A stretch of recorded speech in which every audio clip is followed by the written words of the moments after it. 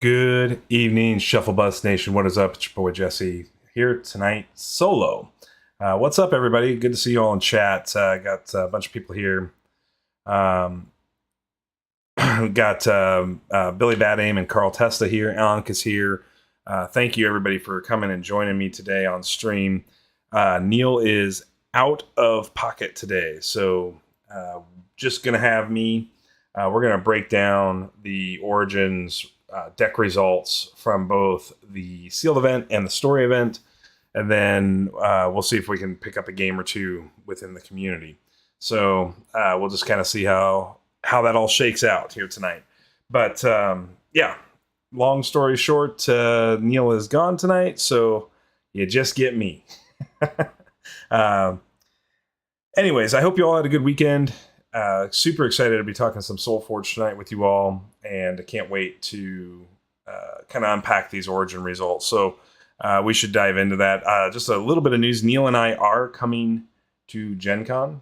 We will be there. Our travel has been booked. Tickets have been bought. Everything is good to go. So we got to put together a little bit of a plan on what kind of t-shirt he and I should be wearing for the Gen Con event. I'm kind of thinking about the Get Adjective shirt and what it might look like. So throw some ideas out in chat tonight if you want, or you can also throw them over on the Discord in our general chat under SolForge. We're definitely going to be putting together something. And yeah, I just don't know what it is yet. So he and I will work through some of that stuff too, but I wanted to... my mic is kind of in a weird spot today. Kind of wanted to get your all's thoughts on it as well. So awesome, Billy. I'm so glad it showed up for you. Yeah, that all went out Monday, maybe? Yeah, I think it was Monday. So depending on where you are in the country in comparison to us, 2 or 3 days is generally speaking the delivery time on all that. So everybody should have gotten tracking on that too. So if you didn't get that, let me know. Hopefully there's less smoke by the time Gen Con rolls on. Is Indianapolis getting hit by smoke, Billy? I know Chicago was. I heard that from the Canadian wildfires, but I didn't know if any of that other stuff. Yeah, I just don't know what else to put on it. There's got to be something else on it, right? Like, I don't know what to do there. So I got to kind of get a design figured out. And then once I have the design figured out, then I can make that happen. But obviously, is it like that hazy orange smoke like New York had, or is it different? Kind of curious about that. Because, like, we got a little bit of it here in Nebraska, but not really. It got a little hazy, and we get like air quality problems in the spring every year because Kansas does a lot of controlled burn, and then the southern winds blow it up into Nebraska. But and it really does wreak kind of havoc with my eyes and stuff because I wear contacts, so I feel it a lot more. But yeah, I mean we're gonna figure something out for this Gen Con experience. I got some equally exciting news in the sense that just looks like fog. That's cool. We are going to be recording and doing live commentary for World Championships for Stoneblade at Gen Con. So it won't be live, meaning we won't be able to live stream it like we do now, but it will be coming to our YouTube channel as quickly as possible on the back end of Gen Con. I mean, I may be up all night on Thursday night cutting videos to make that happen, but I am definitely very excited to be commentating with Neil and very excited to be bringing you top table action from World Championship at Gen Con this year. So stay on the lookout for that. It's coming to a shuffle bus soon, and yeah, I mean, I want to just thank Stoneblade for that opportunity. That's super awesome of them. So more on that as it develops, of course, but we are stoked and ready to go. So Okay, so let's just dive in. Let's dive into these. I posted the decks in our Discord tournament chat yesterday. So if you didn't see it and you want to follow along, you can certainly go over to our Discord and pull these up. I'll also be bringing them up on screen though, so don't feel too bad about it. We're going to start with the sealed event. This was the Ultimate Championship sealed event at Origins. Looks like 13 players showed up. So decent sized sealed event, especially with the price tag we were talking about. The roster was made up of a bunch of guys I actually don't honestly know. Obviously, those that we did know: Eric Taylor, Justice Blinded, Joel, with his Rampaging Spuds team, his son Nolan. They were there, and then I believe I've seen Hellkite once or twice, but otherwise, a bunch of these other folks didn't have Discord names associated with them, so I really don't honestly know if they're in the Discord. Hisu, I assume, is in the Discord as well. Looks like they had one drop, so it ultimately ended up being 12 participants. So the placings came out where Hellkite, Stephen Walters, won the whole thing. Looks like he went undefeated with his pool. Chris Nicholson took second in the top cut. Gorman C, who we have definitely seen. Okay, cool, Billy, that's awesome.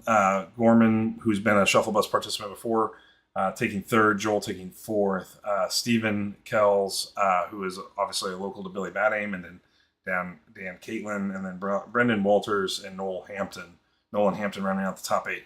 Interesting that this was a top 8 cut with 12 players. I don't know.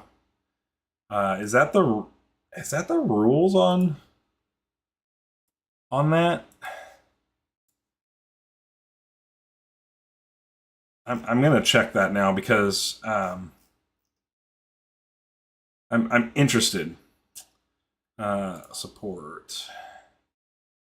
General event information, tournament regulations. So this would be a silver level event. So a silver level event has different silver level, 9 to 12 players, 4 rounds of Swiss, and a top 4 cut. So interesting that they top 8 cut it. I guess because there was 13 and then one drop. Maybe he dropped later in the match, so that would make more sense. Like he didn't drop pre-tournament, but participated in the tournament for a round or two and then dropped. Because if there is 13, then 13 in top 8 is correct. Give me just a second here, and I'm going to pull up this so you all can see it and follow along here.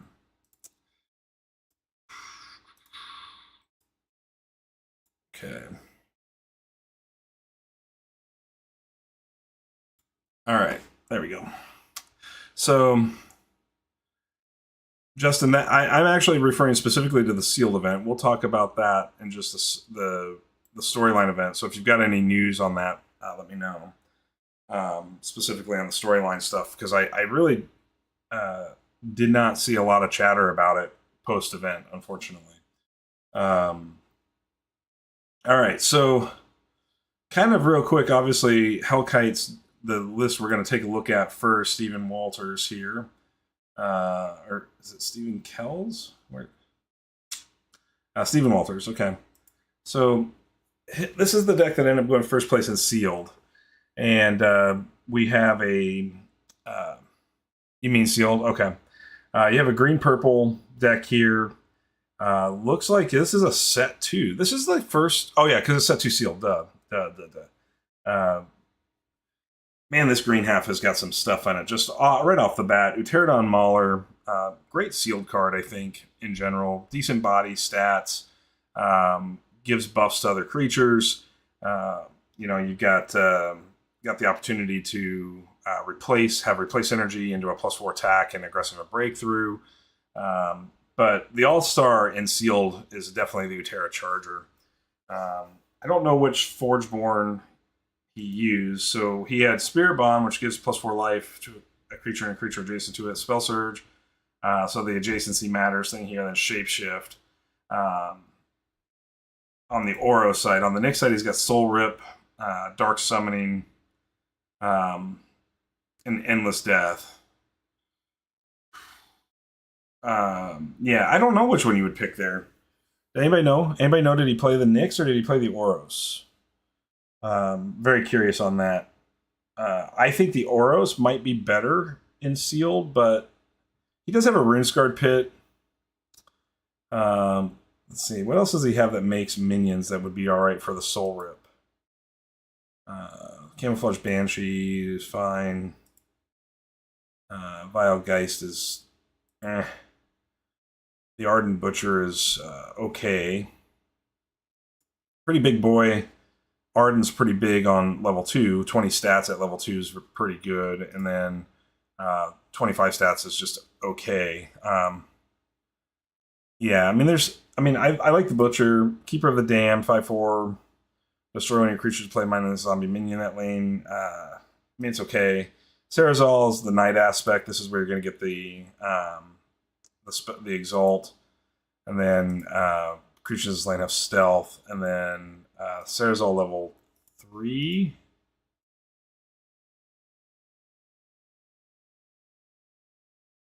Yeah, Sarazal level 2 and 3 is what triggers the Night Apotheosis.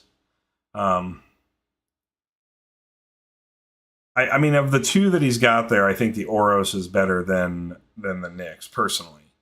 I think there's just more gameplay scenarios where Spirit Bond and Spell Surge do something. Knicks here, the Soul Rip, to me, it's such an expensive cost. And you've got to be kind of destroying like for like. So in an ideal scenario, you're destroying a free creature like a minion, right? That way you're not losing some advantage to be able to get a single card off of your opponent. To be able to play a single card. So you kind of are taking a half card into a full card, so it's kind of like a half card advantage. It's not super great. The Dark Summoning is also okay. The fact that it's limited to a level 1, I suppose hitting another Utera Charger, like if you have an Utera Charger that comes in, fights something, dies, and then you Dark Summon in cycle 3 to bring the level 1 Charger back, you're probably pretty happy about that. Armored Polymorpher, pretty cool. Just because you can control the opponent's board.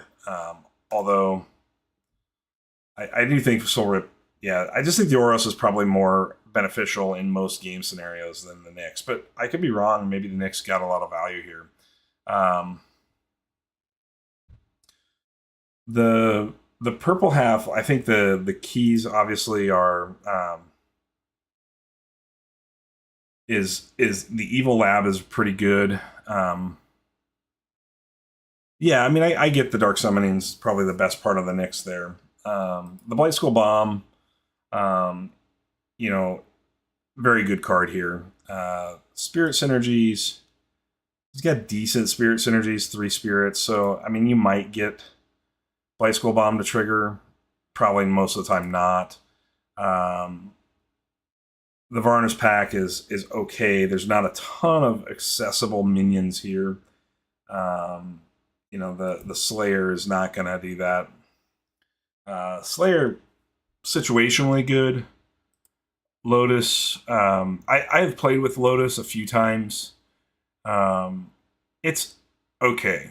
It's not great, but it's a reasonable one. Yeah, the Oros ability on if you can flood your board, which this deck may be lacking a little bit, but Runescarred Pit certainly helps with it. And then Varnish Pack helps with it as well. You might get some value out of the Spirit Bond overall. But hard to say for sure. Toxic Bear, this is okay, like severely understated at 2, right? So an 8/6 is pretty rough, and -3 doesn't hit a lot of powerful things, but potentially can make the bear into a 1-for-1 trade removal. It's pretty good at this level, though. When you get to level 3, you're getting 34 stats plus the 4, so you're getting 38 stats and a -4 off of your opponent. Probably pretty good as an 18/20, right? Just as a big body. Unfortunately, doesn't have a breakthrough component or anything like that to really push the win. But obviously, this deck went undefeated, so there is definitely some things that are interesting there. Oxidon Rager, probably the worst card in this deck, just because if you are on the Oros at all, this is like anti-synergy with your Oros. So I would be really surprised if this thing ever got played. Spiked Carapace, this is an okay card. How many dinos does he have? 2 dinosaurs? Yeah, I think the Toxic makes the bear much better here, Madungo, for sure. I just think that it's a reasonable ability in sealed, right? It's probably always going to hit something, and you can probably set up decent catches for the bear in general. If you can't set up the catch, at least you know you're going to probably do a trade. And so I think that that's a fine spot to be. I have no practical experience with Cerazol, so I can't really say whether or not stat-wise Cerazol's kind of god-awful, right? And obviously Night Apotheosis is good. But, I mean, I guess... Yeah, because even the Nyx, like, Army of the Damned doesn't really really help you here. Endless Death might be pretty good. But yeah, I think Toxic's an extremely powerful adjective there. So I think his kind of the Ardent Butcher, I think, is very strong. I think, Camouflage Banshee is a good card in general. I think that it forces it forces it to potentially kill things, and I think you have a lot of opportunity in the Oros play to make it bigger, stronger, better. Obviously, I've not had any real practical experience with the Shardplate Behemoth, but with the Oros level 1 ability, you can make a 12 attack cycle 1 card. Well, you have to be in cycle 2, obviously, to get Spirit Bond to trigger. But the cycle 2 version of it would make it 16. So, I mean, I think that's it's an interesting card that I think might work really well in sealed. I don't think it has a ton of play in constructed, but I could be wrong. So, yeah, I mean, I think I can see why this deck would be hard to beat.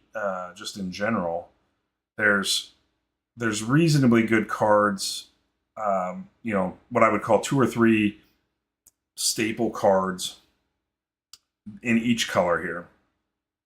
Really, on the purple side, it's the Runescarred Pit, the Blight Skull Bomb, and potentially the Ardent Butcher, or maybe the Varner's Pack is the top 3. You could argue that the Ardent Butcher is 4. And then, yeah, that's what I was going to say. But when you look at the and the green half, I mean, pretty easy. Charger, Biologist. I mean, we know how good Biologists can be, especially with Runescarred Pits around. Biologist and Runescarred Pit probably just are very happy together.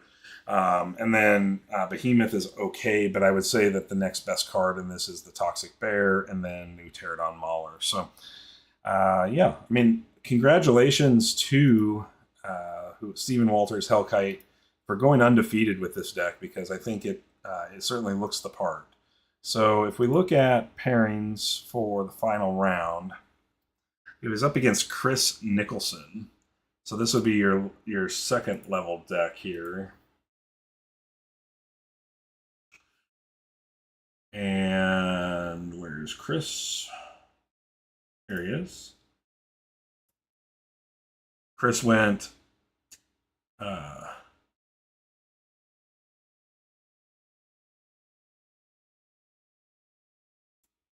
I'm confused.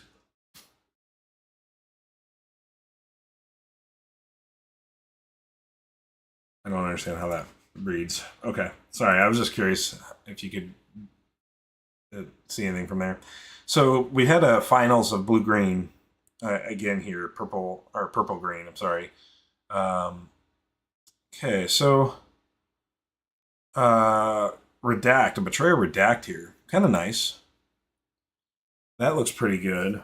I really like Redact. I think it's a good card. Betrayer Redact, pretty nice.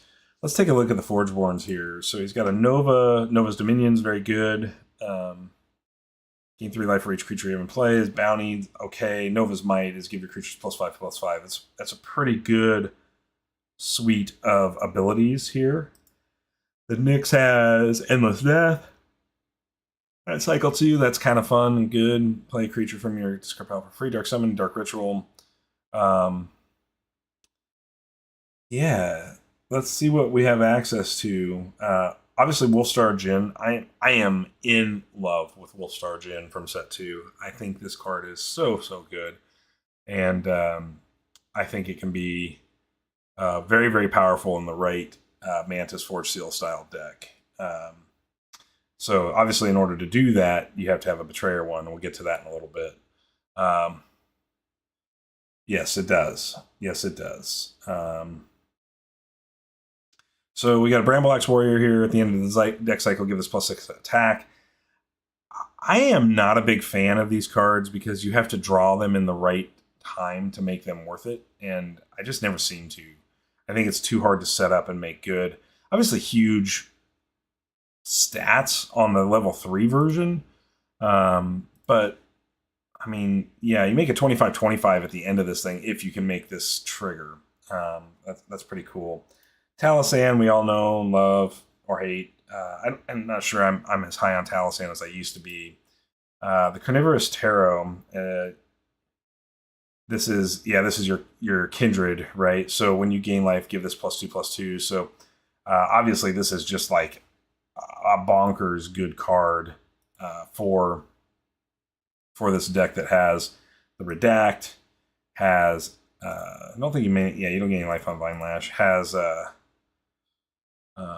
Pterodon Nest, which is interesting. I don't know, does he have any dinosaurs? He's got to have at least one. Yeah, two dinosaurs. He's got the Roaring Decasaur, and then what's the other one? What's the other dinosaur here? Am I missing something? Is there a dinosaur on the... Oh, yeah, the Doom Drake. Yeah, okay. Doom Drake's interesting. I like Doom as a whole. I think Doom is a good ability. Yeah, it does have Evil Lab. So, I mean, like, obviously this is really all bought in on this Tarot Lab, Redact, gain life kind of thing. And that's pretty cool. Evil Lab, I think, is probably pretty good. How many scientists does he have?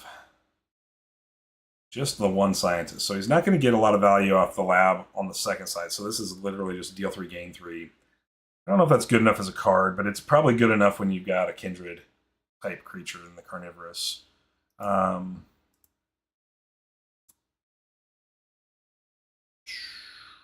Yeah.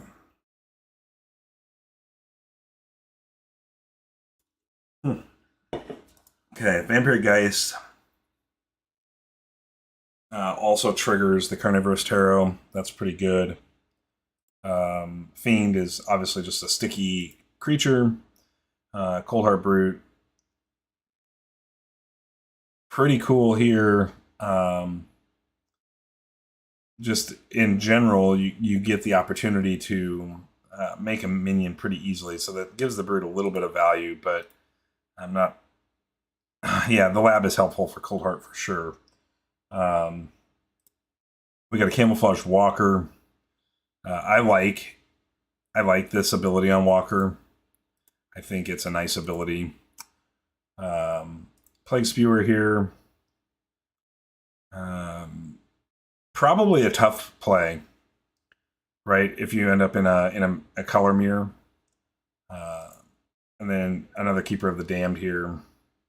And then, of course, the Ossuary Mech. I like Ossuary Mech. I think it's very good. And offers a lot of value. So I think this deck obviously doesn't look quite as powered up as the first place deck. Obviously, it lost to the first place deck, but I wouldn't be surprised if these two were pretty close. I think Utera Charger probably is the difference maker between if you have a Vine Lasher and Utera Charger as your kind of primary removal. The other deck had a lot more removal as well, in general. So I think the more removal deck is going to be obviously favored, and that's what we kind of saw here. Let's go ahead and go to pairings. Let's take a look at the final. So it was Gorman and Joel. So let's take a look at Joel's deck first. Then we'll look at Gorman's.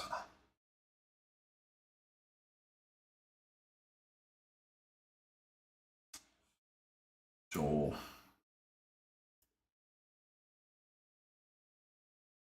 You think the second place deck was a huge step down, Madungo, compared to the first place? Wait a minute. Joel played a green purple deck here. Did somebody check his temperature at the event? I'm just curious. I was not expecting to see purple here when I pulled this up. So we see a purple half here. Nyx has got Dark Summoning. Very, very good Cycle 2 ability, in my opinion. Dark Ritual is probably okay if you've got the right cards here in the deck, so we'll see if that breaks down. And then Endless Death at Cycle 4. The Oros is Spell Surge. He's got 6 spells here, so I could see this being Oros. Darkforge Drain we know is very, very good if you have. Yeah, I think there was definitely a tick down there in overall quality. I do like the Cycle 3 Darkforge Drain if you don't have. Oh, there is. Can you find that for me, Ankh, and maybe message it to me? I'll share it on the stream. Just because we got to check it. And then Spirit Bond is okay. So I think the Nyx is stronger here than the Oros, even though Darkforge is a very powerful ability, but maybe I'll change my mind after we break down the deck. Glowhive Nursery is just very, very good. And I love the Glowhives. You eventually could have up to 3 of them in play, and if you do, your minions are just really punishing things. Spirit Charm, obviously making wisps and having the spirit synergy here is very good. I agree, Mundungu, for sure. But giving a creature defender and then dealing 5 damage to an exhausted creature. It's.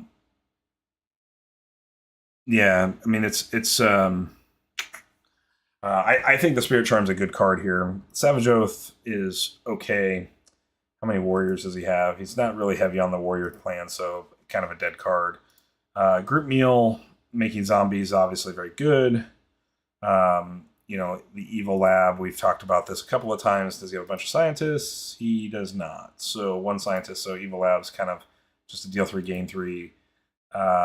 Beasts, how many beasts does he have? 3 beasts. So, again, these contingencies are tough, but this is just also just a remove one of your opponent's creatures type of thing. So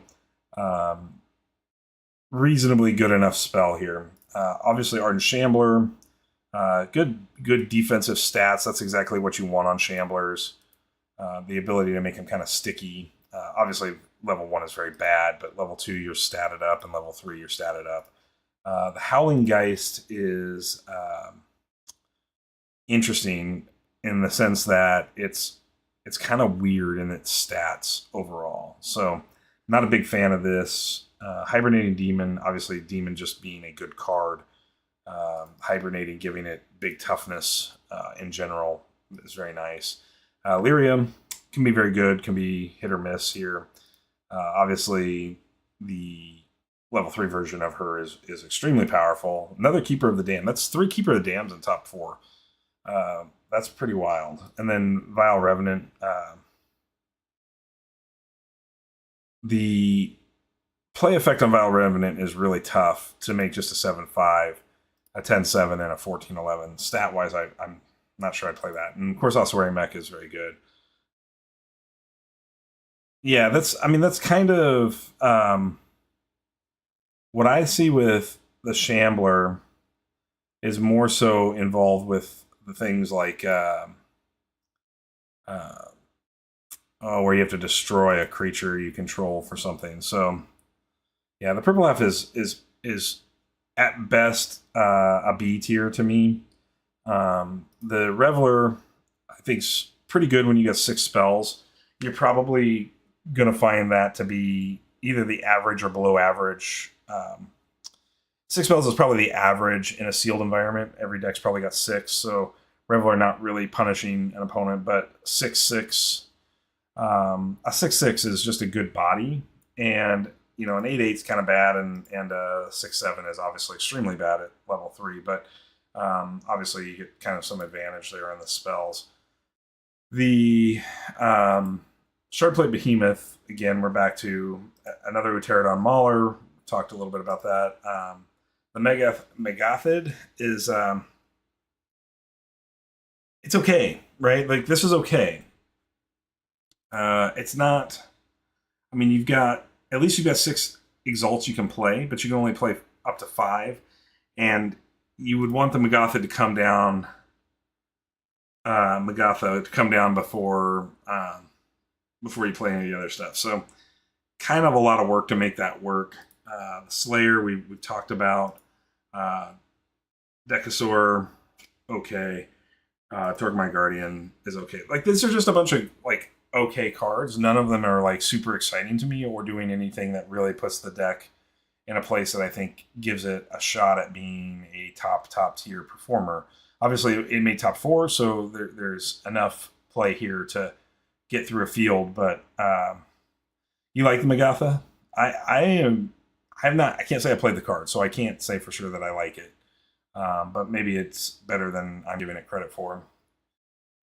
Sure, that's true. And there are a lot of exalts in this top 4, so then Megatha is very, very good if your opponent has those. And in a sealed set 2,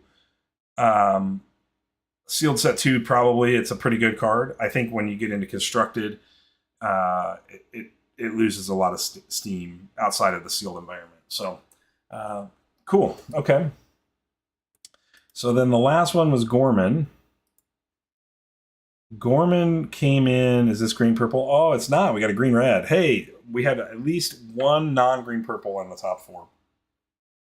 With a Betrayer Utera Charger. That is spicy. That is super, super spicy. It's probably a good consequence for balancing the Elementalist. Did I miss an Elementalist? I didn't see it, but this card right here is so good. And with Spirit Golem Conclave, Charger and Conclave, man, so good, so good. Just letting that Utera punch above the curve. I see what you're saying, Nova Elementalist. Yeah. So, all right. So let's break this down. Oros here, you got Darkforge Drain at 2. Yeah, Rumble Spark Embodiment. Yeah. Shapeshift, give a creature +6/+6. And then Spell Surge is +7. The Korok has Earthen Fist. I love Blast Wave and Sealed. I think I'd be playing the Korok if this was my deck. I don't know what he played for sure, but if I was looking at these Forgeborns and deciding which Forgeborn to play between these 2 decks, it'd be the Korok. I mean, you've got Disintegrate, obviously extremely good. Flame Jet, very, very good in Sealed, where the life gain is impacted less. Spirit Golem Conclave is extremely good, and then Ice Storm is we just saw Ice Storm be a monster in sealed set 1 sealed play in our tournament last week or 2 weeks ago. Then you turn around and you go, okay, well, we got a Savage Oath, which is meh. You played Korok. Thanks, Gorman. I didn't know if you were here. That's awesome. I'm glad I guessed that right. But you've got 4 Warriors for a Savage Oath. That's wild. You got Botanimate, which is very good. You got Glowhive Nursery, which helps the Botanimate. And then you got Twin Strength, which is pretty good. Yeah. The creature curve is Stegodon Alpha. Obviously, this can be very good in certain situations because you can. Um, yeah, I think so too. Madungo. The alpha being a 5/4. Then you got Venerable Bear, kind of big statted bear at the end here. 32 stat points in that bear. You got Ferocious Aether Root. Give this life equal amount of life. Unfortunately, you don't have a ton of life gain in this deck that I'm seeing, so this is kind of rough, especially in a world where it's a bunch of green purple. Combat War Tusk, just a great big body here. I think that's obviously great and sealed. Hibernating Basher, I love Basher. Hibernating version, when you get to that level 3. This deck's really biting on the late game play, and then that Combat Slayer here. No ability on it, just a strict stat machine here. You got a Stout Worm. Obviously, we talked about the Betrayer Terra Charger. Again, just body stats. That's kind of what you want. Nargoth Commander. Obviously, when you got a bunch of big butt creatures, Nargoth Commander is probably pretty good. So that seems like a pretty good trade-off in general. Furious Stonefist is another big butt. Lots of self-hurt though here. I wonder if that made it tough on you, Gorman. I'd be curious to know your thoughts on that. Somebody's Shardback. Obviously, when you've got Nargoth Commander and you've got well, that'd be really the only way you could trigger this, right? Can you Ice Storm yourself? No, enemy creatures. Yeah, you'd have to. I mean, you get to play a Spell Sprite minion, which is great. 1/4 is a little rough, but yeah, the Nargoth is the only trigger on the Shardback. That's got to make it pretty tough. But maybe the Ice Lance Magus. Yeah, so Ice Lance Magus could also trigger the Shardback. So you've got two ways to trigger the Shardback. Obviously, Shardback being extremely good. So I think this deck looks really good. I'd be very curious. How did you pair up? Did you have to play Steven Gorman? You did. Yeah. I just think Steven's deck had enough removal.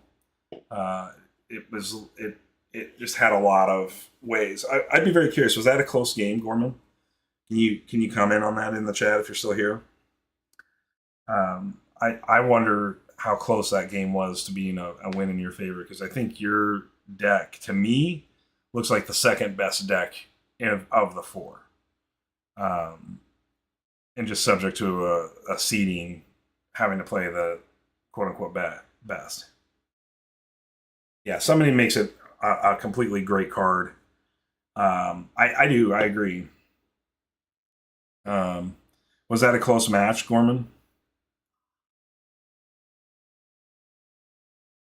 I just think this deck looks like very good.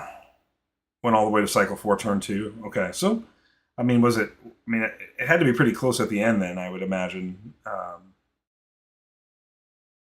Probably pretty grindy match. Both decks look to be removal centric and removal heavy. So that to me makes it look like it'd be really.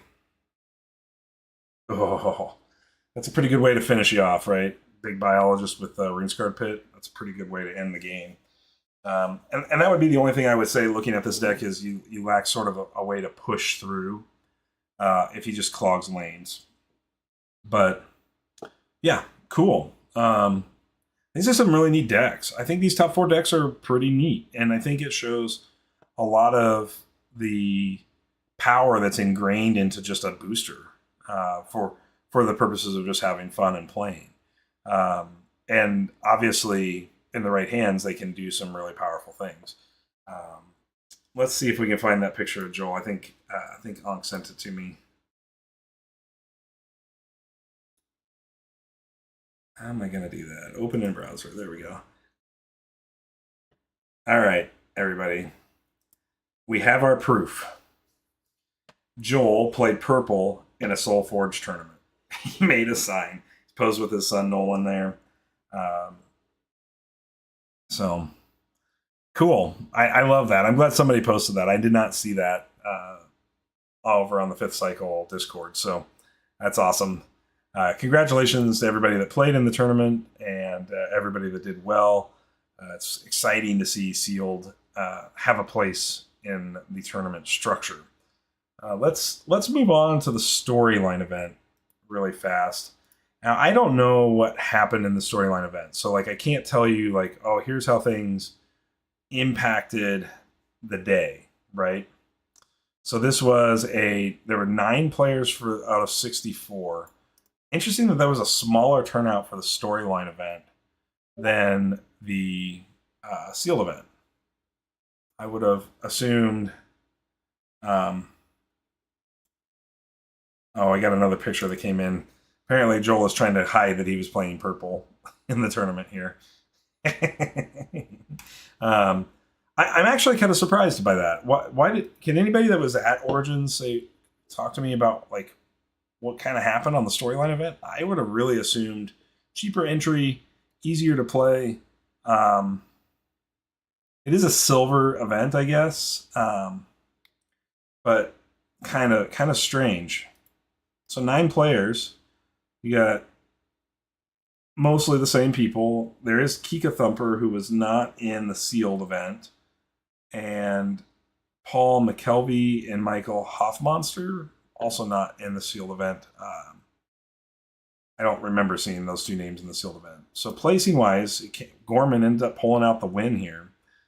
Congrats, Gorman, on that. Hellkite coming in second, and then Brendan and Marissa. What happened to Joel, the Hampton crew, the Raging Spuds? They didn't play in the storyline event?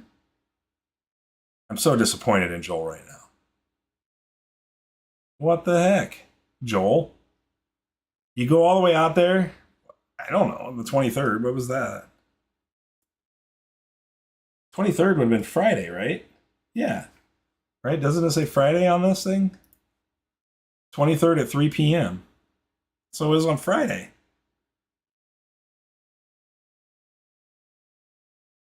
Well, I mean, I could get like not playing it on Sunday because you want to get an early jump back home because you got to be to work on Monday. But if you're going to go out to Origins and like maybe you're going to drive to Columbus or whatever, like you leave on Thursday, you play Friday and Saturday, and you go home. Am I missing something? What good is he? He missed out on making this an 11-player tournament, at least. That's just an excuse, Ben. I think he was scared. He's scared, clearly. If he's watching this later, he'll know what I'm talking about. All right, so Gorman coming in with the win on this. You're not going to play the storyline on Gen Con? That's too bad, Madungu, because that's the only event I'm going to get to play in because we're streaming not streaming, we're recording the World Championships. Okay, so we got a set one, here, green purple deck.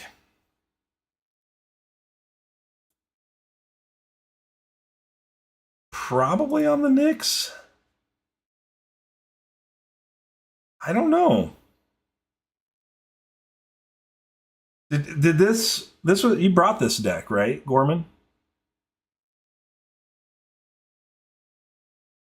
So you brought this deck into this event. Obviously, I love the Blight Witch. You got Shambly and Stitcher, Zimus. I mean, like the purple half of this looks extremely good. Soul Reap, Varna's Pack. So like lots of life gain. Wrath's Will, Botanimate. Those all give you life. And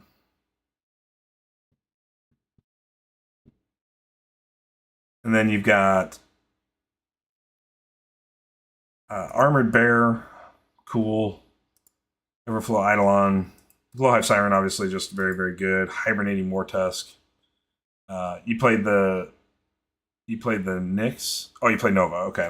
Yeah, okay. Kindred Featherfang. I love this card so much. I love this card. I wish I had a Kindred Featherfang. I do not own a Kindred Featherfang. It's such a cool card.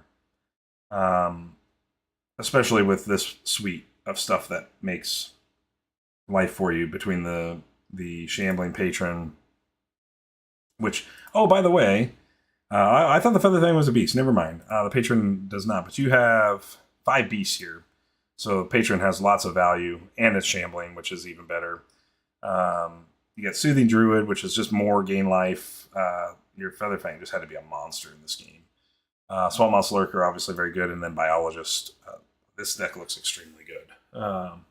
This looks very similar to what we've been seeing out of Set 1 tournaments, where it's just a kind of a life gain big deck, but you've got some good finishers here, and I think that that has some real value for you overall.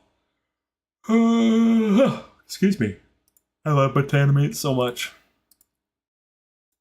Such a cool piece of artwork as well. Nova's Touch here. Obviously, it can be a finisher. You've got Oakfather minions in cycle 3, so you've got another way to push big damage in the same way that the Biologist can. So, yeah, sweet. It's a cool deck. I think this this is pretty indicative of what you would expect at a constructed tournament, for sure.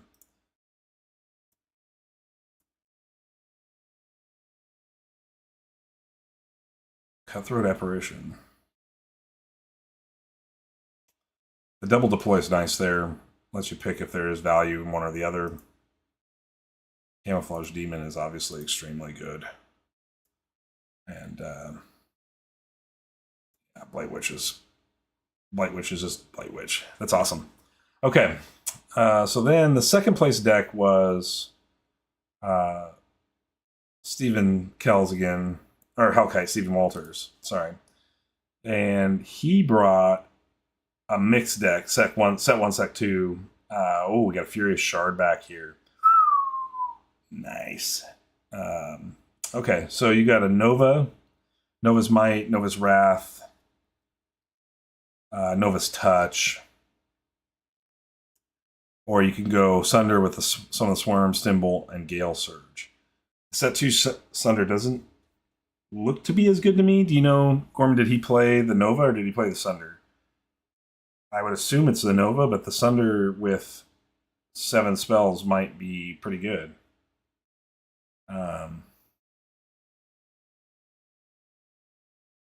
He's got Ator.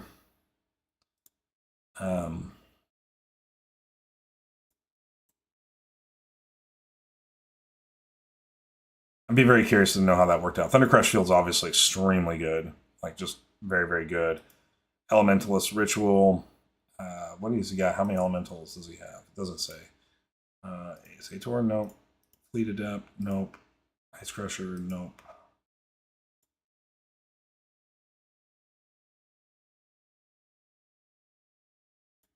Did he spawn an Elementalist Ritual without an Elemental?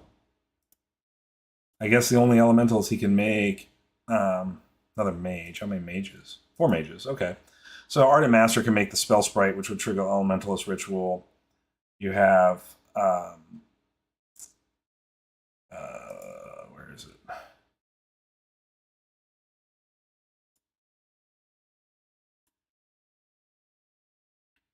Maybe it was in another deck. I thought this deck had the ability to make... it was the summoning off of that. So Furious Shardback, though, obviously kind of the MVP here. Yeah. This deck looks like it wants to go 100 miles an hour. You got Ravager, which you can pick up some life on Nap Time. You can pick up some life on Forge Seal, and you can pick up some life, obviously, on Druid's Chant. So this Ravager can get a little bit off of that. Pack Reveler. Yeah, for sure. That's where I was seeing it as well. And obviously, you just get Krogius as a threat here, even if you have to play it the hard way.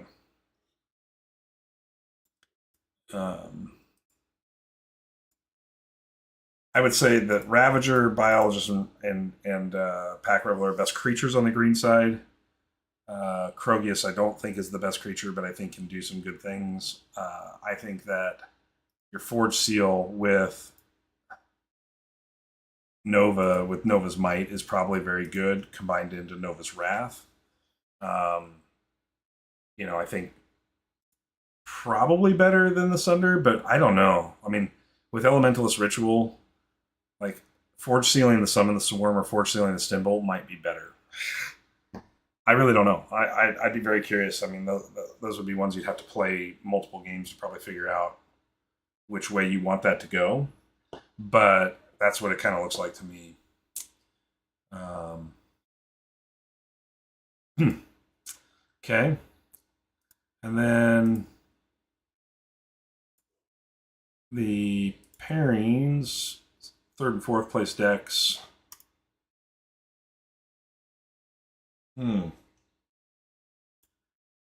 It's just all Swiss. Is it all just Swiss? All just Swiss. Okay. So Brendan Walters and then Kika Thumper.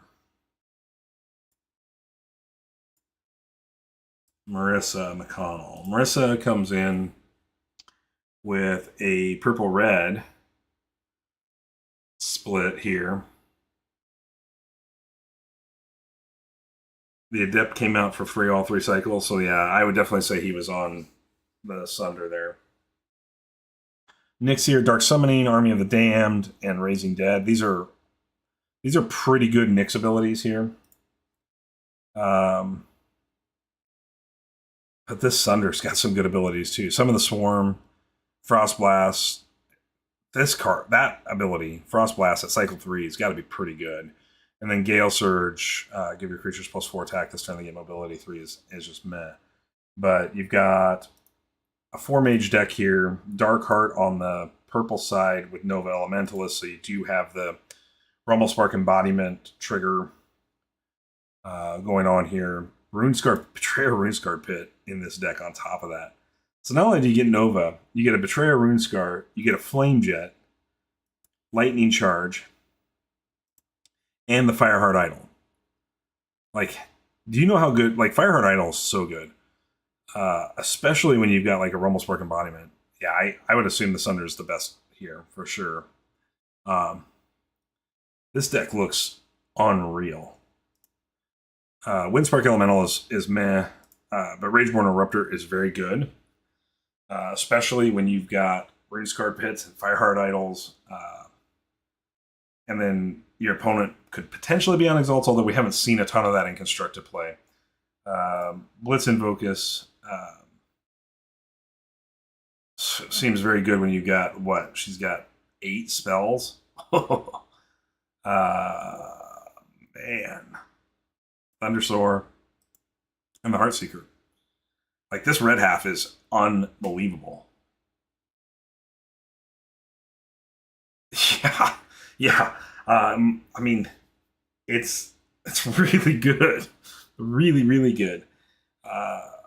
Like this deck, the only thing this deck is missing, like the chef's kiss of this deck, would be an Elementalist Ritual, right? If it hits that, like, could you pick a more perfect red deck? Oh yeah, no, I'm agreeing with you. Um, yeah, Rumble is not staying out of play in this deck, right? The only way it's going to be able to do that is if your opponent can blank it and kill it, so that it can never come back.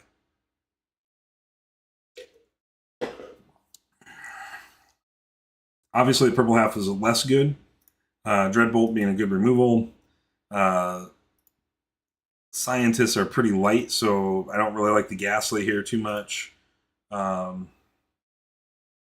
Like the Infernal Ritual. And Wrath's Will is probably not triggering. That's wild, man. I mean, that's a deck. You can make so many zombies with this. Sigmund Fraud's probably pretty good here. You have so many spells. Devouring Slime is decent. Can you imagine a world where I'm telling you devouring slime is good enough? Because this thing might be good enough.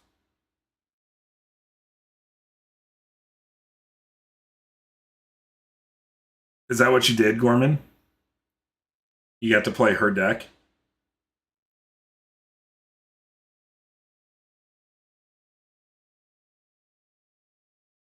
This deck looks insane. Like this deck looks really good. Like, all the way across the board looks extremely absurd.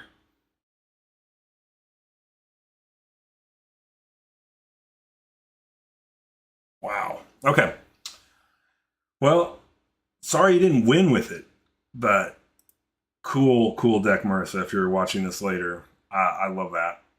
That is awesome. And then who did I say the last one was? Brendan. Brendan Walters.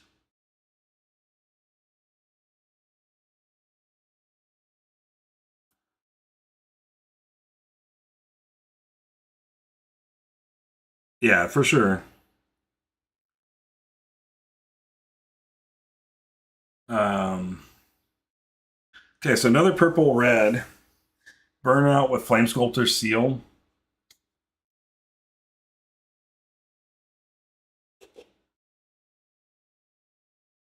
Hmm.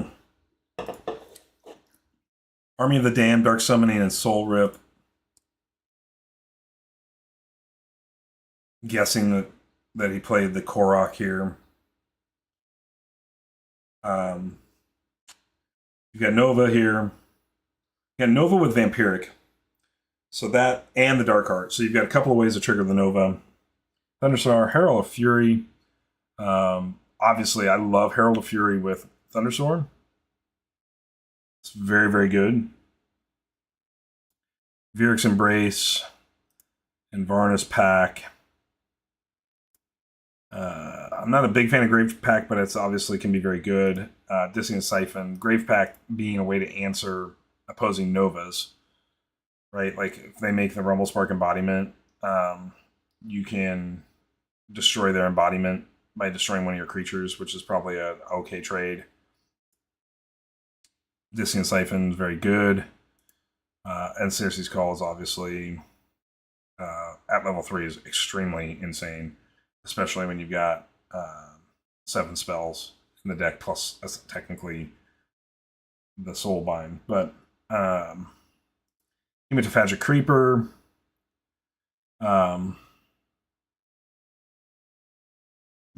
Seems okay. This would trigger. I could see this triggering. So you've got you got Vampiric Walker, Creeper, and Darkheart that all can trigger the Nova, right? So the Vampiric Walker being pretty good. Spirit Reaver, probably the worst card. Lots of value in the Scourge Hydra. So Volcanic Master's got to be insane. Has to be pretty good. Charger Mammoth is fine. Chaining Invoker has to be also very good. Like this thing, like you're playing spells like you're slinging spells in this deck like crazy. Combined with Herald of Fury, Unstable Vortex, and then Mystical Teacher. Obviously very good as well. Wow, how did these two decks, not make it top to top? Oh, tons of ways to abuse the Rumble. No doubt. No doubt. No doubt. Very good.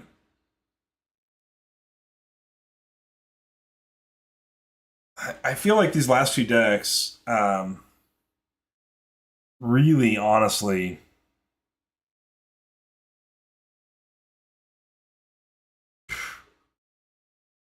they look better than the one. No offense, Gorman, but they look better than the deck that won.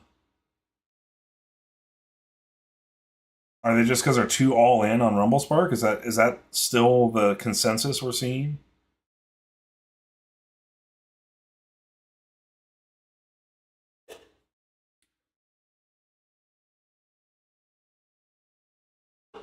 Very curious about that.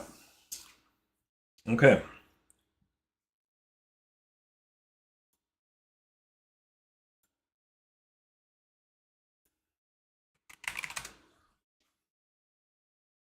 Because to me, like, they look like they've got all kinds of consistency. Yeah, but doesn't this deck just eliminate consistency as an issue?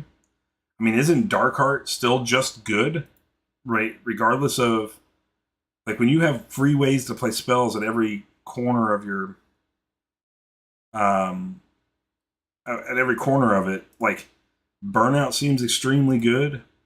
Flame Sculptor Seal seems extremely good.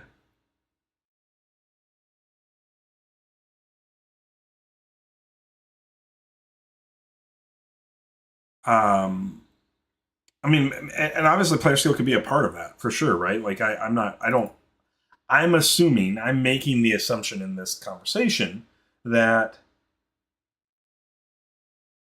the skill level of all the players is relatively similar, and obviously that would have an impact on it, right? Like, it would have an impact.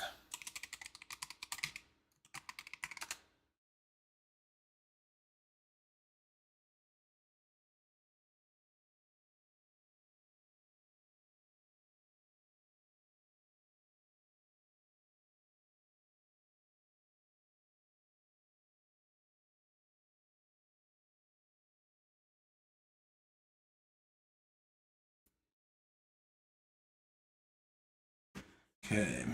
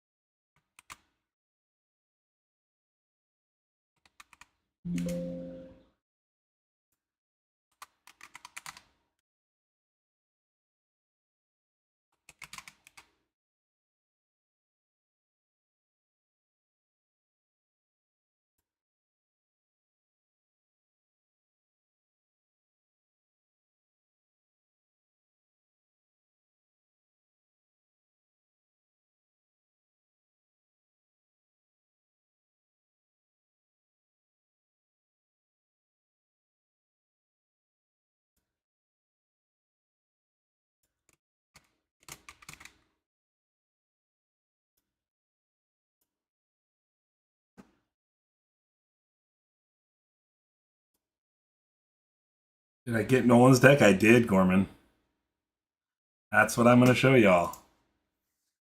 Nolan and I worked out a deal on it, and he sent me the link last night. So this is this is what I'm thinking about putting together here.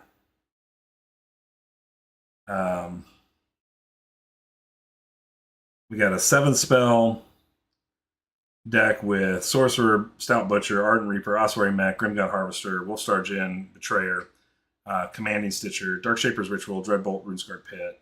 And then I'm pairing that with my Oros Darkforge Drain deck with Mantis Forge Seal. And I think that's going to be enough. This deck, I went last Shuffle Bus, I went 3-2 with it, with the other half not being the half I really thought was probably good enough. And I think that this particular version can push even further. Don't have great ways to play just like RuneScarred, right? Like, it's like I don't have free plays, which kind of hurts. But I do have 3 beasts, so the Dark Shaper can still sometimes trigger with it. Otherwise, yeah. Well, actually, that stems from a different. So I won a seal tournament with a Wolfstar Gin. Let me pull that up.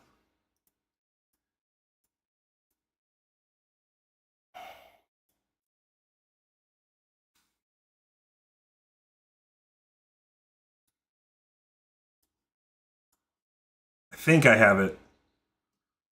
Yeah, here we go. So this is the deck I played to a win with the Wolfstar Gin. And the Oros here has Darkforge Drain, Reasonable Ability and Spirit Bond, Reasonability and Shapeshift. No way to access multiple abilities, but I thought if I could find a Betrayer Wolfstar Gin, then I could have double Wolfstars, and I think that's probably pretty good because Utera Charger is extremely good with Glowhive Nursery. Um, or what was the card I played it with?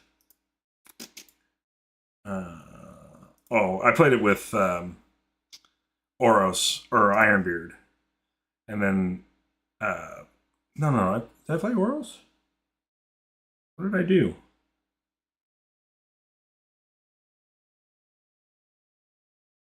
I think I played with Ironbeard. That's what I did. Is I played with Ironbeard, and Utera Charger and Intimidate are very good together because you can intimidate a creature to 0 attack, and then Charger can pick up an extra kill, especially at the higher levels. And then I was actually able to,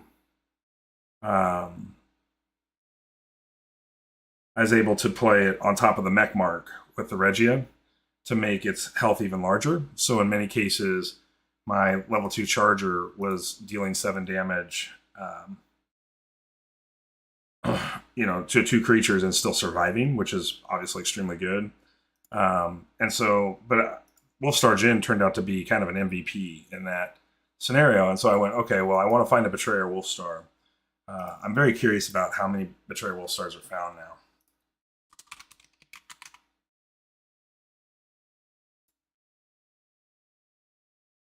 Because at the time, there was none registered. Two registered now on the Necreum side. Obviously, there's going to be a whole bunch on the green side because it's not where it's a Betrayer. 3 on the Loyan side and 0 on the Tempe side. So, yeah. So I want to give this a try. Like I want to try seeing how well this Oros Mantis Forge Seal, because got to keep in mind too about the Mantis Forge Seal side of this is you're probably not really abusing this until you can potentially close the game in cycle 3. So you're really never playing the Mantis or the Forge Seal in cycle 1 or 2. Like if you draw them, you're just leaving them in the bin. But the Wolfstar is just another component that is sort of getting value. So if I'm leveling up Wolfstar, right, and we go into cycle 3, and I Mantis and Forge Seal in cycle 3, and the Wolfstar lives, this creature goes to a 24/24. If I use the regular cycle 3 ability, it's a 48/48. So that's why I wanted it, was to really push that ability and take some pressure off of some of the other things that need to work in order for the deck to connect and finish games. And that's, like obviously, you're still going to be trying to play summoning councils, to get up to these 2 Oak Fathers in the end. And yeah, I mean, obviously it can, right? It doesn't have to though, right? Because even if your opponent has to continue to put a creature in front of the Djinn, yeah, the Oak Father. I mean, Splicer here. This is a real Splicer making Oak Fathers is critical. Summoning Council making Oak Fathers is critical. Wanderers just continue to give you that same opportunity at the end of the game to make Oak Fathers. So obviously, like there's lots of quote unquote opportunity here to make things happen. We get a little bit of synergy with the Armored Keeper and the Stout Butcher, and obviously Stitcher being very good.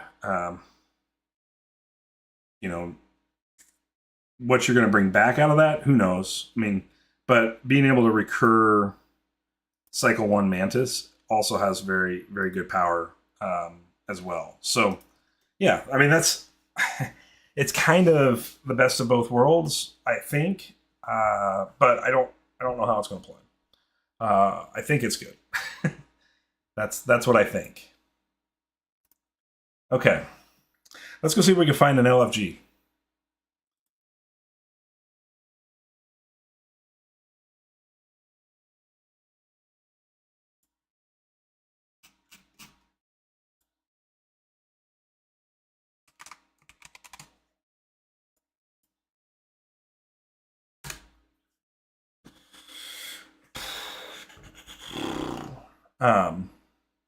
So yeah, I've been very impressed with the gym. I think that it's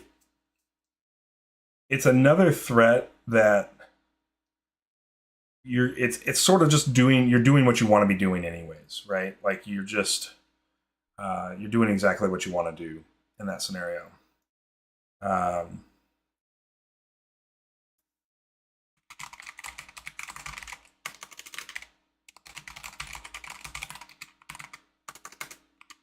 Just want to make sure my opponent's okay with being live streamed, and then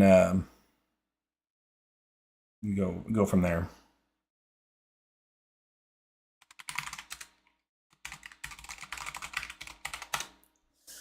Okay. Tabletop Simulator, here we come. Honestly, I'm going to be pretty rusty. This is, I think, my first game of SolForge since the Shuffle Bus League qualifier. Of course, my Steam is updating. Of course, Steam.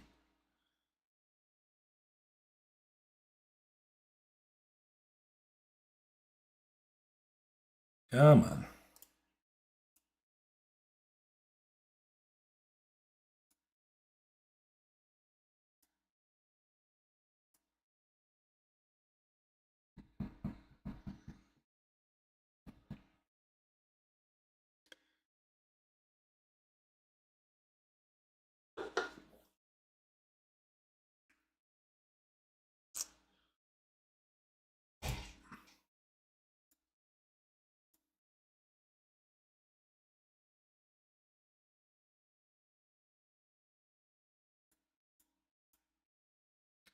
Okay.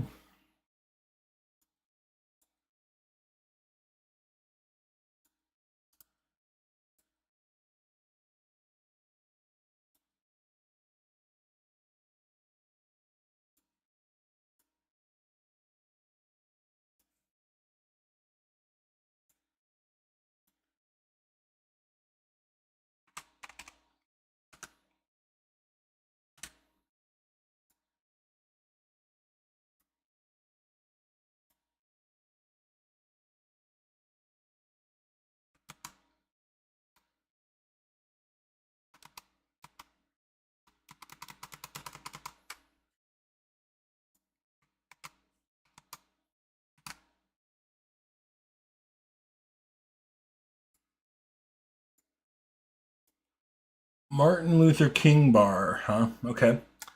Let me see if he wants to do voice.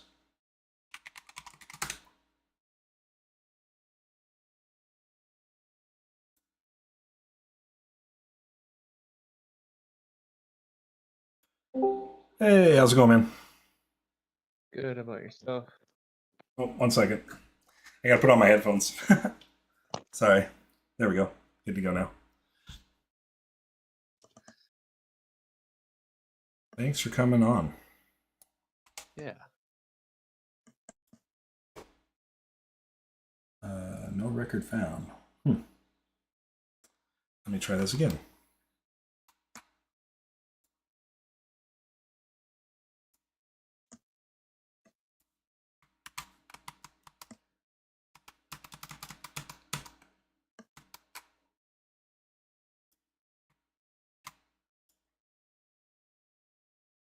There we go.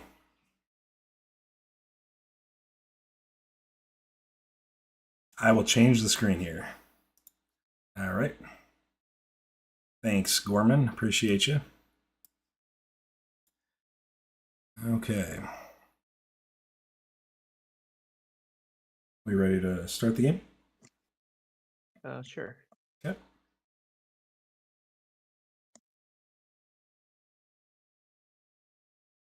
Good luck. Have fun. You as well. Looks Thanks. like I get to mess around with this stitcher. Very nice. Yeah. Mm-mm.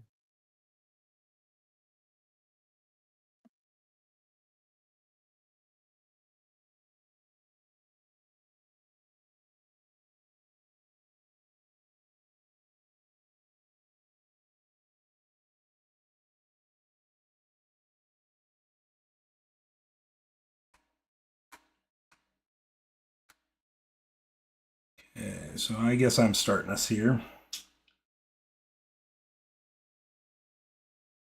I'll just start with the harvester and send it back to you. This is a really awkward hand. Wisp, back row, summoning council. That's deep. All right. Good old summoning council. That's a good start.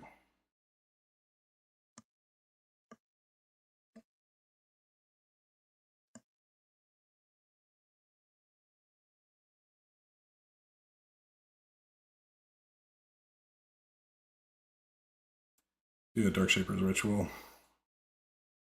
And play a mindless zombie minion. Don't have the scientist in play, so. Okay, I will play a reveler. You can play a spell if you want to.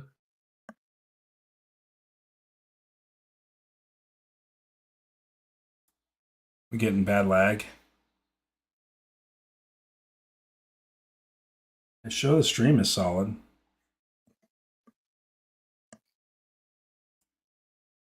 Yeah. I'm going to Vine Lash you here. Have the zombie battle this wisp here. Okay. All right.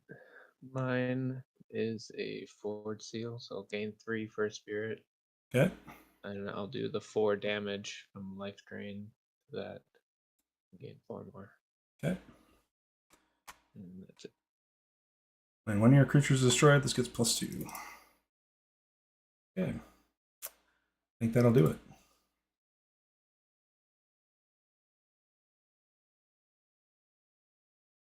Yeah.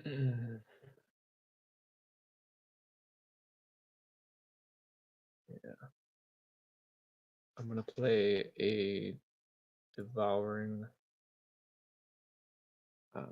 Use a necromancer right away. Okay.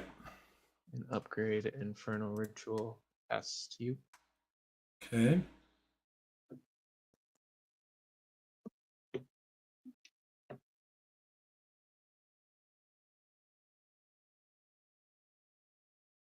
Play a Restless Wanderers.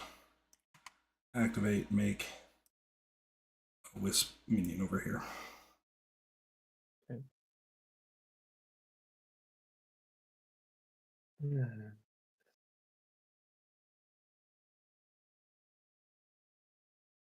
I'm gonna Blight Witch. Nice. And destroy this one. Okay. To Varnus Pact,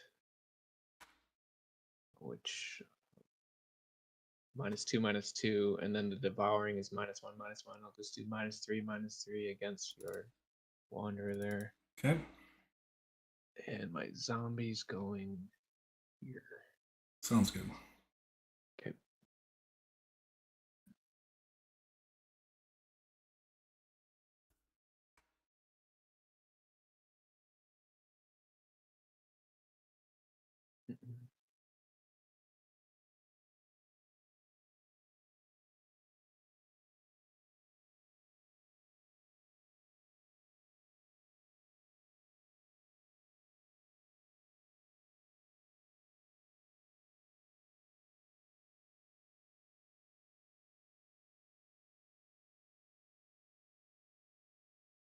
Yeah, I'm gonna go and do the Shroud Thorn. Did it get any better, chat? Just curious. And I'm gonna destroy it. Destroy this.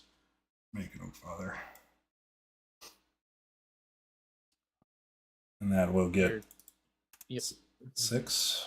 And I think that brings it forward. Should only be 2 because it's a replacement on the second one. Oh, you're right. You're right. Thanks. But still, you'll get your trade out there. Yep. Okay. All right. So camo goes through. Oh, it does. Okay, you're right. Okay, so I take 4. 46, take 3, go to 43. That kills that, takes 2. This kills, does that.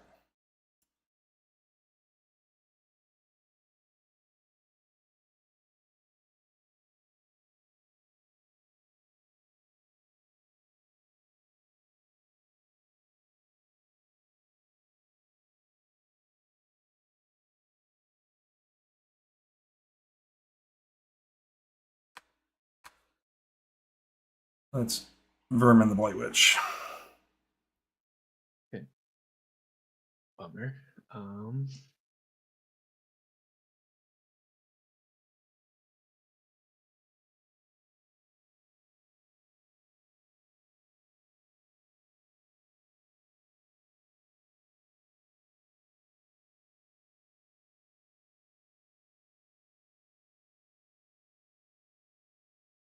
So -3 to the vermin, and I'll give it to the witch. Okay. Has to.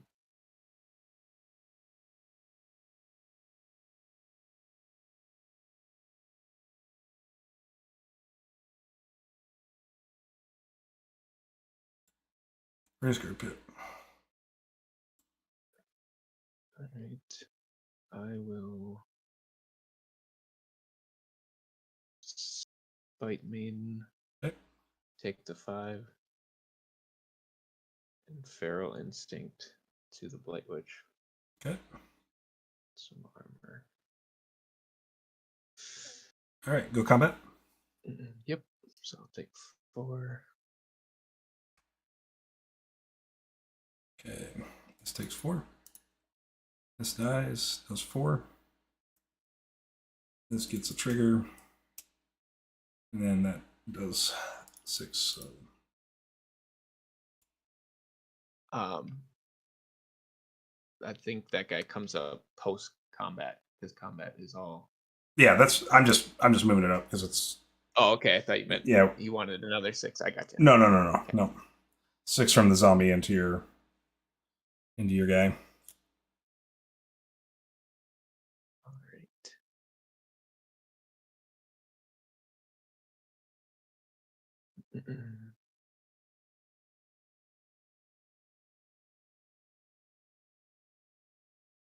All right. Let's Grove Mother. Okay. I will kill the Spite Maiden with the Blight Witch. Okay. To dendrify the Grove Mother. Give me a bunch of spirits. Let's go here. Here. Nice. Okay. 2. Let's Dreadbolt the Light Witch.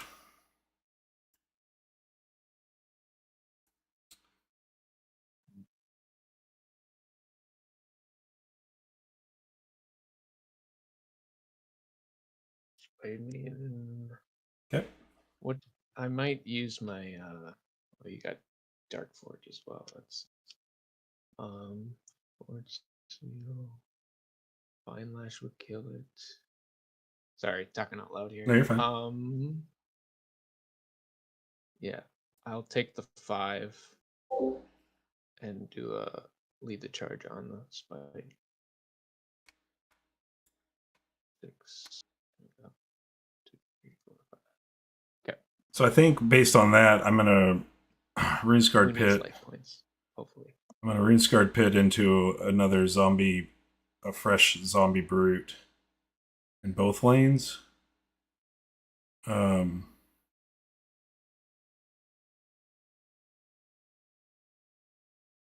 And then I have 1, 2, 3, so plus 6. So this would go to a 1410, so it'd live through the combat of the Darkforge Drain. Um,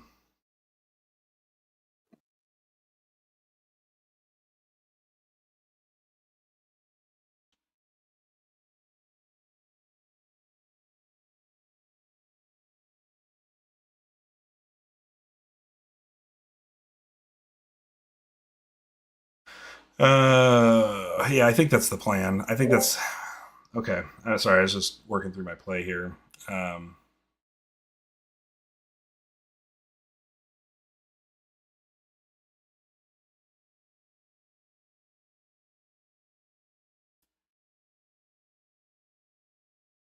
and I'm going to Dark Forge.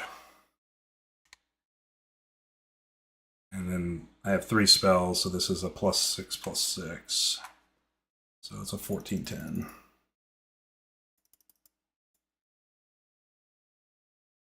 Yep. So connect for 3. This takes 6, goes to 4. This kills that. Goes down to 7. This does 2. I take 5, go to 38. And that kills that, goes to 4. And your Grimgaunt gets a little bigger. Yep, you're right.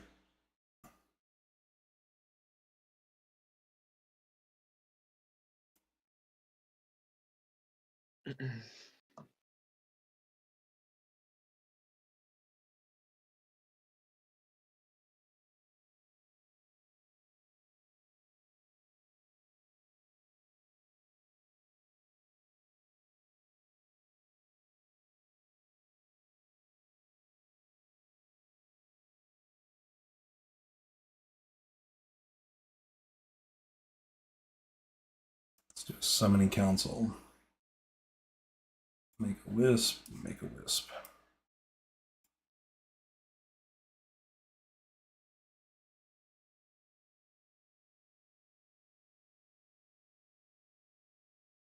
Alright, I'll use my Forgeborn to deal 4 damage to the Oakfather. Okay. And then for my play,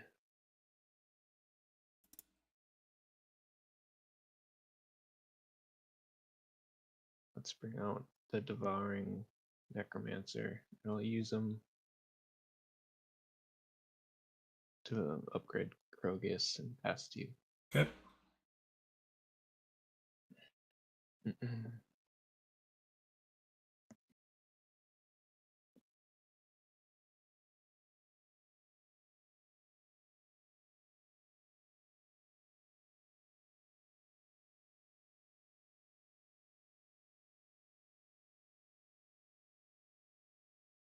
Let's go ahead and do the Dark Shaper. Choose a creature and destroy it.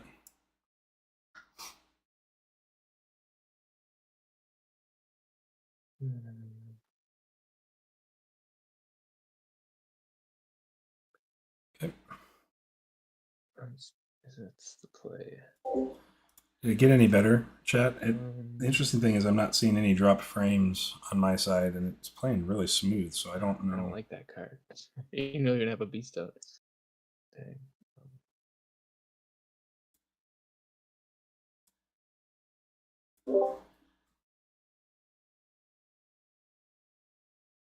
6 damage.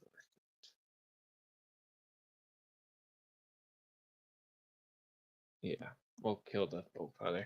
Yep. All right, over to me. Yep. Okay.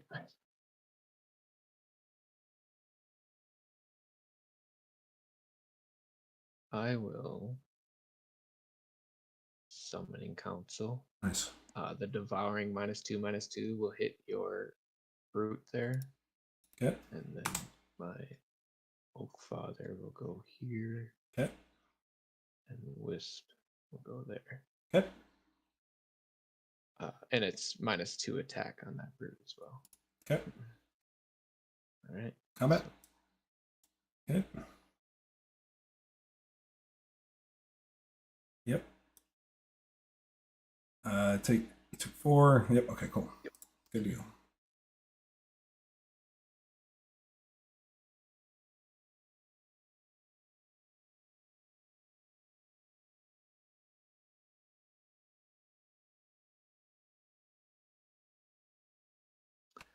All right, I'm gonna use my necromancer to upgrade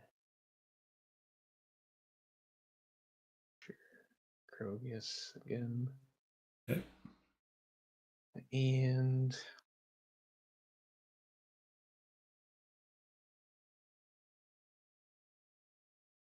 let's Feral Instinct and kill this wisp. Is it 4?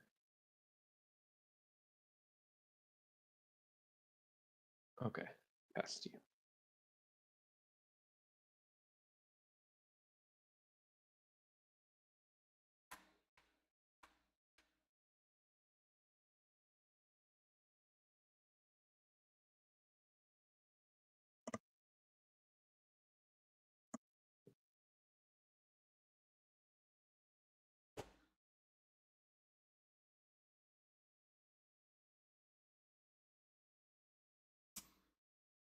Put the Stout Butcher over here.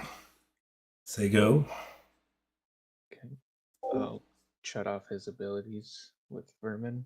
Past you.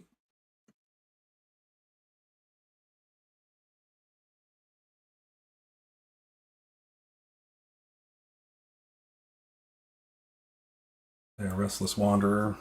Activate, put a Wisp into play here. And go to combat.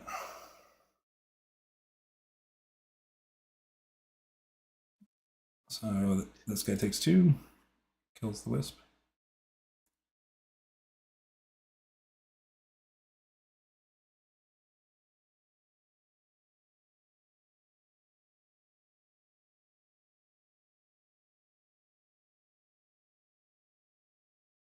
Oh, sorry. Play the Wanderer, play the Wisp, and then we're going to go to combat. So the Butcher takes 2, kills the Wisp.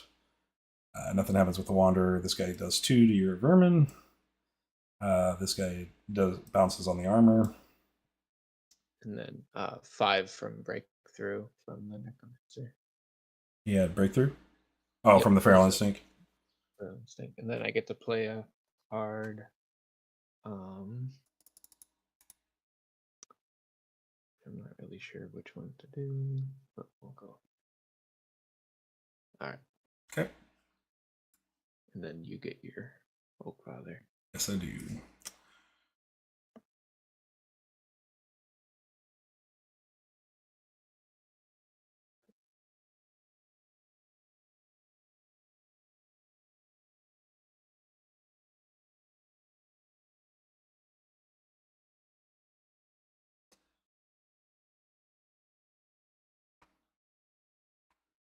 Let's activate the Wanderers. Make a Wisp out here. And then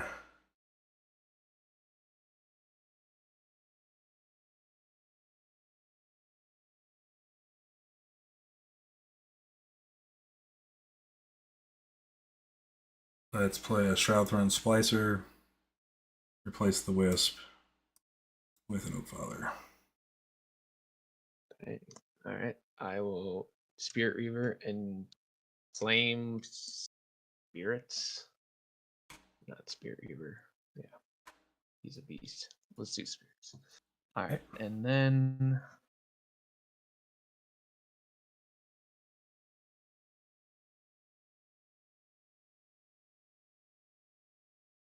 guess we go.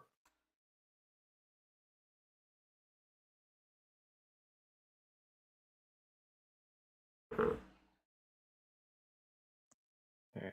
You can play a spell if you'd like. That's Dreadbolt, Camouflage Reveler. Okay. Mine will be Feral Instinct.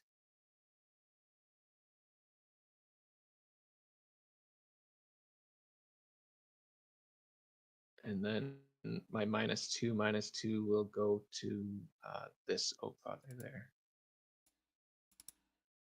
All right. And ask you.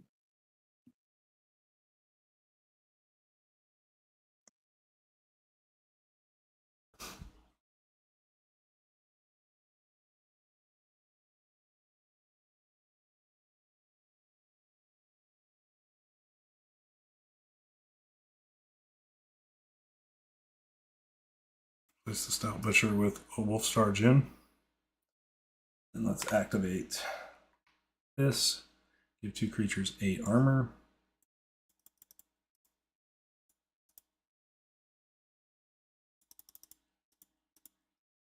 And since I use the ability, this becomes an 8/8.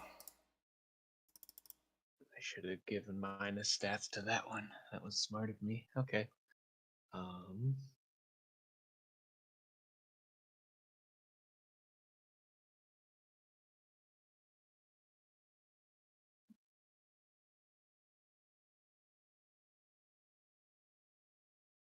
Right. Try to keep that guy alive. All right. Combat time. Okay. So we go to combat here. I kill that guy, take 3, go to 5. Deal 6 with the splicer. Nothing happens here. This deals 1 breakthrough, absorbed by armor. This goes to 2 and does 6 breakthrough. Oh, I got armor, so from Oh, right. So it just kills it. Yep. So just a wash, yeah. Yep.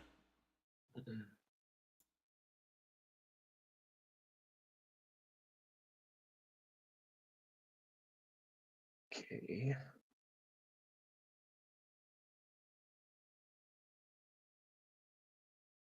Let's throw Krogius out. I will use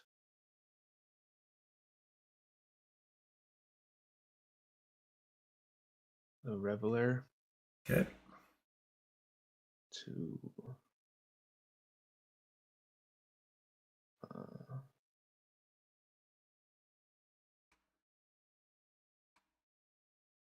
let's lead the charge on this one. Okay. The -3/-3 will kill that. And past you.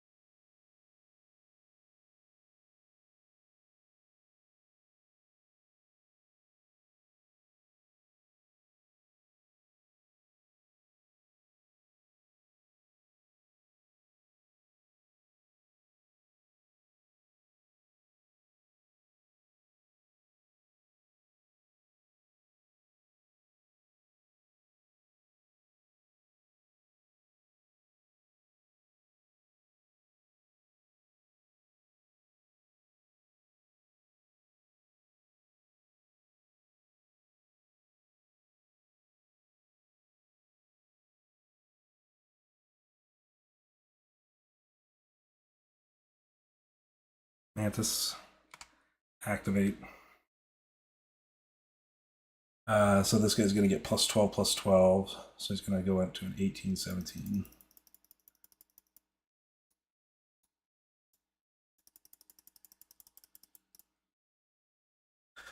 And then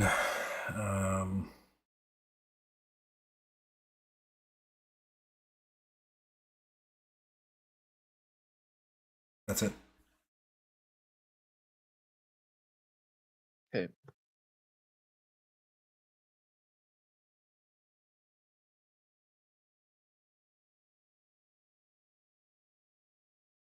Right.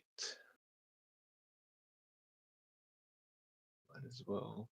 I'll use the Necromancer to pull out the other lead to charge. Okay. So give it. And what else do I want to do here?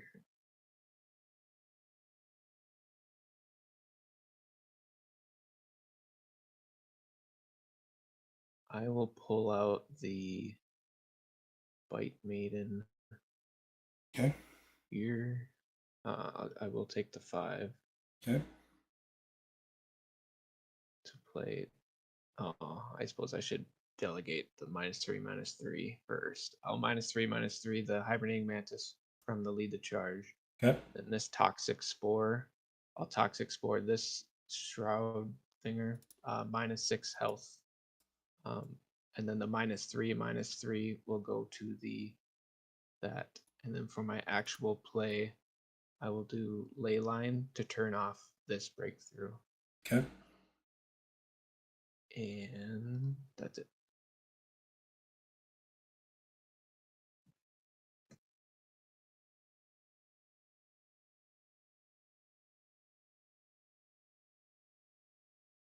Oh, I'm sorry. I got to buff the Jin from using. I missed the Jin buff from the Dark Forge drain off the Mantis. Yep. Something's not right there.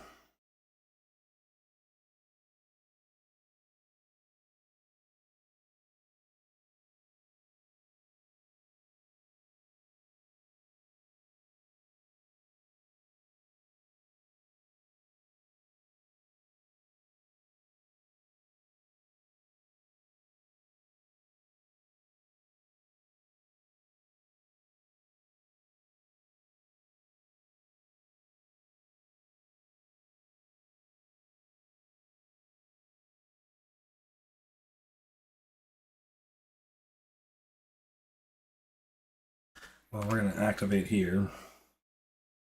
Put a Wisp in play here.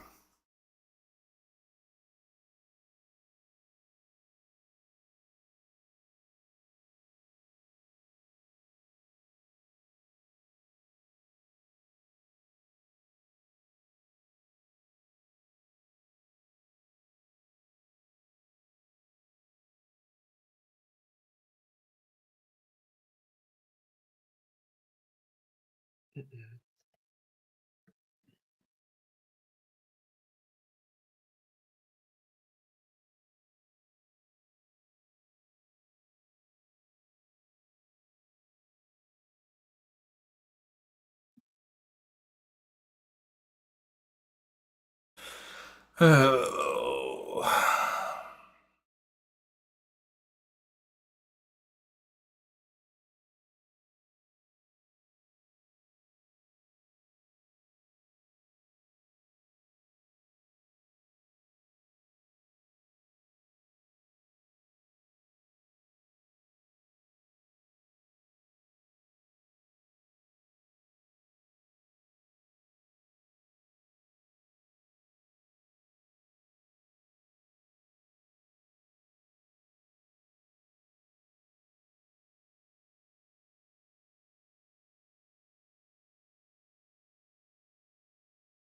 Let's Vine Lash the Vermin. Oak Father to Vermin. Say go. So we go combat. I take 21. So that takes me to 8.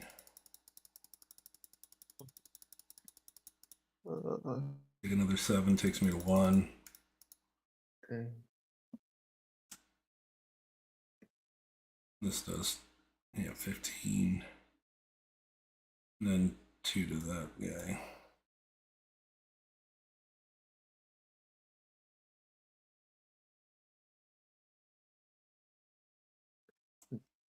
No end turn for me unless I already hit it. I don't have it either.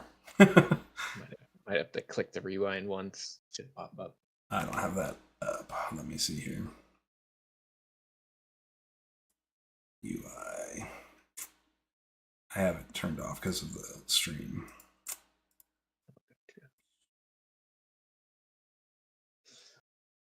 Top menu, apply. There we go. Now I can click intern.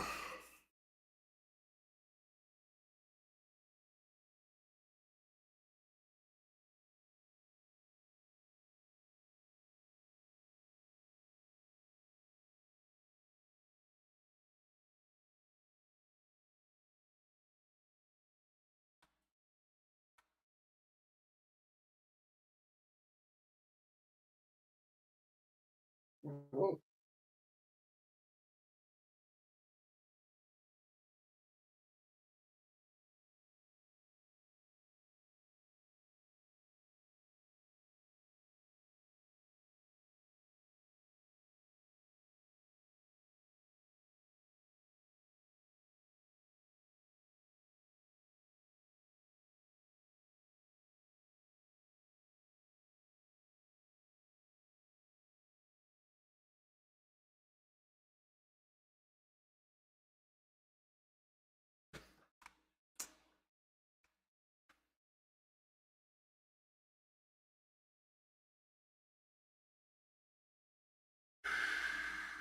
I don't think I can beat the Krugus.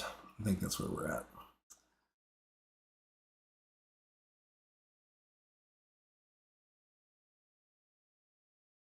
It's kind of hoping for level 3 Runescar Pit on this draw, just to be able to put a couple of blockers up. Yeah, and then try to punish the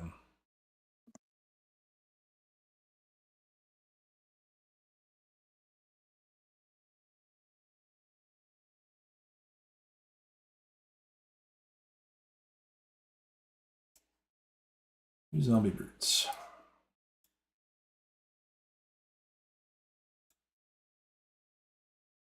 Actually, let's go here.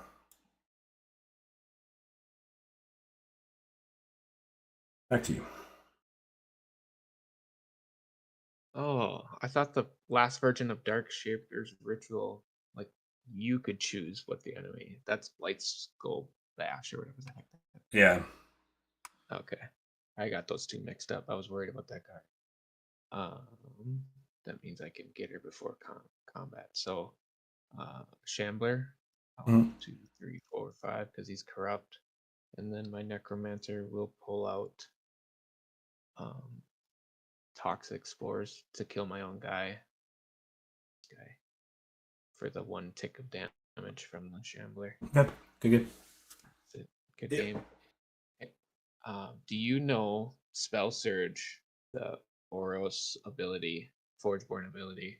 It says give a creature plus attack and an additional plus attack for each spell you played this turn.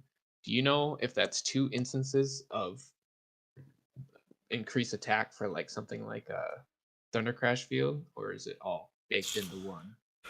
That's a good question. I'd have to look at the templating. I don't know for sure. Yeah, I don't know 100% there. It's what's the ability called again? Spell Surge. Okay, I'm gonna blow up the table so I can I can flip over here.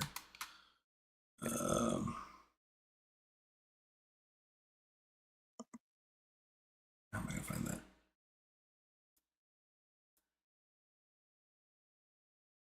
Is it a set 2 ability? Yes, Oros Forgeborn.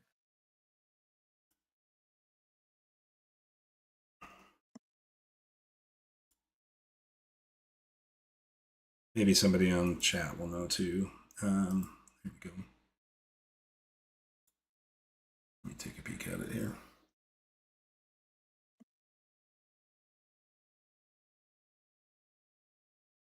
I think it's 1 instance of 4 because it's all 1 sentence. If it was give a creature +2 attack period for each spell played this turn, give +2, I think that would be set up as 2 separate. But okay, it would be a good question for the rules discussion on the Discord too, because yeah, I think it's a modifier ability And so I think as a modifier ability, it's going to be +4 for each spell you played.